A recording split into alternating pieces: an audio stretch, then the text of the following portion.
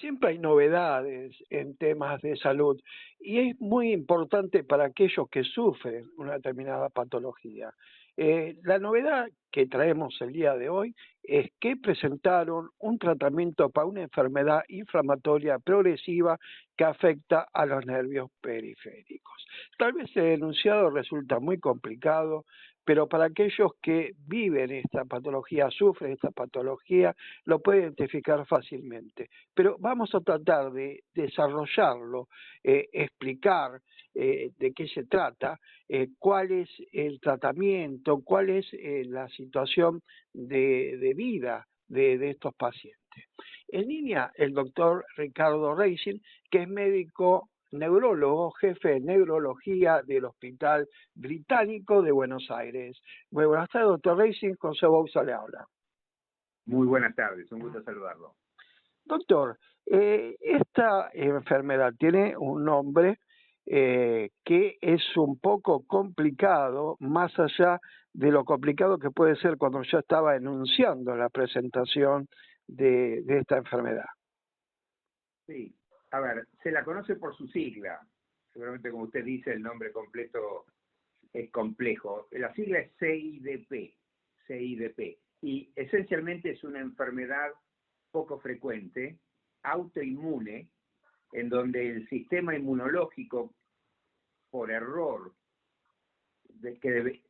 debería ocuparse de protegernos de bacterias, virus y hongos, se equivoca y ataca a los nervios periféricos. Los nervios son aquellos elementos que nos permiten sensar frío, calor, temperatura, tacto, y además es lo que nos permite mover los músculos, y los atacan como si fueran un agente externo.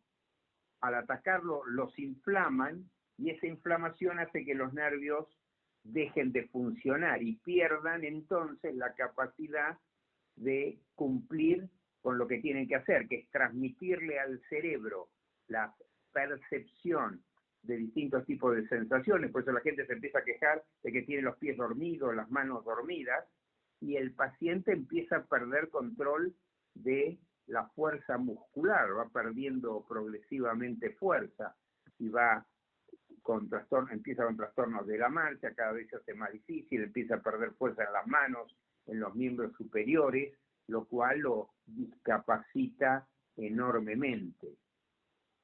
Ahora, ¿se conoce el origen de esta enfermedad, una de las tantas que permanecen todavía en la investigación?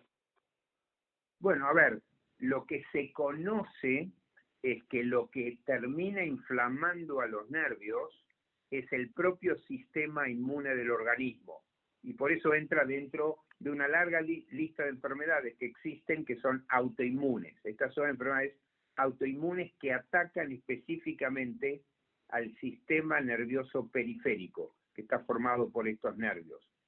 Exactamente por qué el sistema inmune se confunde y ataca a los nervios, no lo entendemos. En otras enfermedades de ataque contra los nervios se sabe que una infección en los días o semanas previas al inicio del cuadro genera una reacción inmune que por un lado ataca al virus o bacteria que entró, pero por el otro lado genera un error en alguna de estas células de la inmunidad que terminan generando lo que se llama una inmunidad cruzada. Confunden al nervio como a uno de los agentes externos invasores o patógenos. ¿Hay alguna característica, ya sea por sexo del paciente, o por edad, o por algún tipo de enfermedad circundante que pueda llegar a tener, que origine a esta patología? A ver, esto se ve en hombres y en mujeres, se ve a lo largo de toda la vida, es muy raro en chicos, pero hay chicos que tienen CIDP, y el pico máximo es en la edad adulta, esto aumenta con la edad. Pero esencialmente ambos sexos, esto es en todo el mundo, esto es por igual en todo el mundo. Cualquiera de nosotros puede llegar a desarrollarlas, y es más común de los 50 años en adelante. El CIDP podemos considerar una enfermedad poco frecuente o la encuentran más de lo que puede pensarse esta patología? A ver, los estudios en distintos países muestran que habitualmente la gente afectada son 7 pacientes cada 100.000 habitantes. En distintos países más o menos las cifras van por ahí, 5 a 7 pacientes cada 100.000 habitantes. Sí es cierto, que es una enfermedad poco frecuente, muchas veces pasa subdiagnosticada durante un tiempo largo hasta que se llega al diagnóstico correcto. Es una enfermedad, como el nombre le indica, C es de crónica.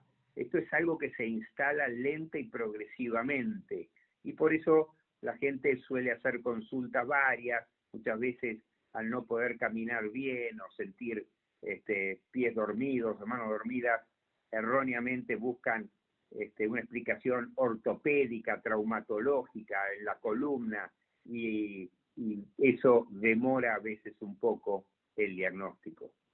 ¿Y cómo se llega al diagnóstico? El diagnóstico es la combinación de la clínica y un estudio que en neurología es clásico y hoy se hace en múltiples centros en la Argentina, que se llama electromiograma. El electromiograma, por un lado, estudia las características de la conducción nerviosa. Uno aplica pequeños estímulos eléctricos y ve cómo el nervio, cuyo único idioma, el único idioma que conocen los nervios o el cerebro es el idioma eléctrico, así se comunican las neuronas entre sí, así llega la información al cerebro. Así que los nervios conducen impulsos eléctricos. Uno le aplica pequeño estímulo eléctrico y registra con un equipo especial la manera en que lo conduce. Y en esta enfermedad lo que se ve es que toda la conducción está enlentecida o directamente bloqueada. El nervio no puede transmitir el estímulo que le llega. Esos dos elementos son los cruciales. Después, lo que uno tiene que hacer es descartar que el paciente no tenga alguna otra enfermedad que simule una CIDP, con análisis de sangre y a veces con algo que se llama punción lumbar. Es parecido al procedimiento que hacemos con las mujeres embarazadas, la peridural para la anestesia. Los neurólogos sacamos líquido, no introducimos nada, sacamos líquido y lo mandamos a analizar. Y eso también tiene marcadores que ayudan al diagnóstico de esta enfermedad. Es una enfermedad que va progresando. Ahora, ese progreso depende también del individuo y se llega a qué punto de enfermedad, el estado del organismo, hasta dónde puede llegar. Bueno, una de las formas de la enfermedad es, como usted la describió, como una forma lentamente progresiva, que si uno no lo trata, no lo diagnostica, no lo trata, el paciente puede sufrir una discapacidad importante, una gran pérdida de la sensibilidad, dejar de caminar y necesitar bastón, andador o silla de rueda. Pero otra forma interesante de esta enfermedad es que aparece con picos y remisiones, donde espontáneamente la enfermedad mejora, como si el sistema autoinmune, o el mecanismo autoinmune solo se cancelara o se disipara, por lo menos durante un tiempo, para volver a reaparecer después. Así que estos pacientes tienen episodios de empeoramiento y episodios de mejoría, empeoramiento y mejoría. Esa es otra manera en que esta enfermedad puede presentarse. Habíamos comentado al principio que hay nuevo tratamiento. En la actualidad, antes de adentrarnos en el nuevo tratamiento, ¿cuál es la forma de estar desarrollando esta enfermedad para el médico poder darle mejor calidad de vida? Seguro. A ver, la suerte que tenemos con respecto a estas enfermedades es que tienen distintos tipos de tratamiento. La CIDP tiene una variedad de tratamiento. Desde hace ya unos 15 años, 20 años, que tenemos la posibilidad de usar una medicación que es un potente antiinflamatorio, que son los corticoides, y un poco después desarrolló una medicación que hoy se usa mucho en medicina en general y neurología en particular, que se llama gamma globulina. La gamma globulina, hasta hace poco, la única manera de administrarse era en forma endovenosa, y los pacientes habitualmente requerían de 2 a 5 días de internación para poder recibirla en forma endovenosa. Y el efecto de estas medicaciones, yo le diría que logran una mejoría significativa en el 80% de los pacientes. Con alguna de estas dos, y si una no responde a la otra, 80% de los pacientes mejoran. El tema de la gamma globulina, y ahí nos vamos acercando a la novedad, es que el efecto dura un mes, el paciente mejora durante un mes, pero requiere una nueva infusión al mes de haber completado la última. Y eso, por la internación y el tener que ir al hospital, altera su calidad de vida, sus posibilidades laborales y lo limita. Aún si mejora la enfermedad, queda limitado por la necesidad de cada mes ir a recibir el tratamiento. Hace pocos años se desarrolló una nueva forma de gamma globulina, que es una gamma globulina subcutánea. En lugar de inyectarse endovenosa, se aplica a nivel superficial y se va absorbiendo a partir del tejido celular subcutáneo que está por debajo de la piel. Y esto fue un avance importante. El paciente ya en este caso no tiene que volver al hospital, lo puede hacer en la casa, puede aprender a colocarse él mismo la infusión, pero como la cantidad de infusión que puede tolerar el tejido subcutáneo es limitada, esto requiere varias infusiones a lo largo del mes, pero el paciente lo puede hacer solo en su casa. La novedad de la que usted me está adelantando, me está comentando, tiene que ver con una nueva forma de gamma globulina subcutánea, que tiene la particularidad de que antes de administrar la gamma globulina se administra una sustancia que se denomina hialuronidasa, que lo que hace es abre el tejido celular subcutáneo, como si deshiciera temporalmente un componente que tiene el celular subcutáneo, lo que permite que uno pueda de una sola vez administrar un volumen mayor de gamma globulina, y por ende el tratamiento que antes requería que alguien se internara durante 4 o 5 días en el hospital, hoy se puede reemplazar por una infusión o 2 infusiones en todo el mes que el paciente hace solo en su casa, a veces con ayuda de una enfermera o a veces se entrena y ya ni requiere una enfermera. Digamos que eso es la calidad de vida, de no tener que transitar en demasía y no tener que internarse. A nivel del estado general del paciente, ¿sufre algún tipo de mejora en relación al tratamiento habitual? Bueno, está muy bien la pregunta. Primero y fundamental, esto cambia la calidad de vida marcadamente, ¿no? Porque deja de afectar su dependencia a lo sanatorial, a lo hospitalario. Pero tiene otra ventaja, que es la siguiente: cuando uno administra la gamma globulina endovenosa, el paciente recibe en pocos días un volumen muy, muy grande. Y ese volumen se ve acompañado de algunos efectos adversos, que en general son menores, no son problemáticos, pero puede aparecer algo de fiebre, algo de dolor de cabeza, puede haber alguna reacción alérgica, y eso lo vemos. Por eso muchas veces preferimos que el paciente esté internado para la infusión, o que se podría hacer en un sillón, como se da la quimioterapia, e irse a la casa, porque la infusión es larga y porque queremos controlar estos efectos adversos.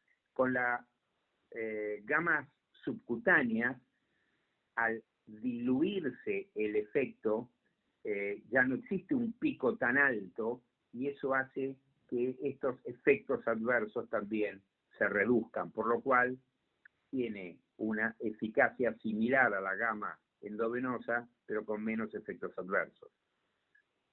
Excelente novedad. Doctor, cuando hablábamos que los pacientes muchas veces transitan en tratar de encontrar una respuesta a los dolores o a la sensación de adormecimiento y demás sintomatología, y probablemente pasa meses o pasan años.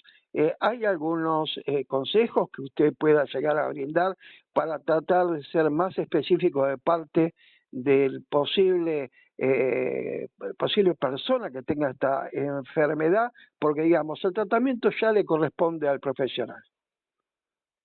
Sí, yo creo que el tema central es que en general la gente asocia neurología a problemas cerebrales, lo cual obviamente es cierto, y eso forma parte de lo que nosotros llamamos el sistema nervioso central.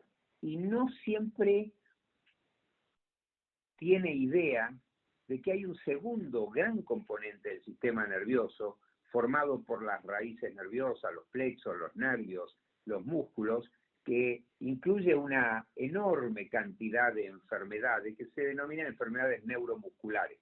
Entonces, cuando tienen problemas que tienen que ver con pérdida de sensibilidad, dolores en las piernas, pérdida de fuerza, incoordinación, hay una tendencia natural del paciente a empezar por buscar un especialista en columna, un traumatólogo. Entonces, el primer concepto es saber que existe todo un área neurológica que tiene que ver con el funcionamiento de nuestros nervios, músculos, de nuestra sensibilidad, de nuestra fuerza, de nuestra marcha, del equilibrio. Ese es el primer punto. Y segundo, saber que dentro de la neurología, y hoy por suerte en Buenos Aires abundan, y en el interior también los hay especialistas que son neurólogos dedicados a problemas neuromusculares. Cada gran centro en Buenos Aires tiene estos centros.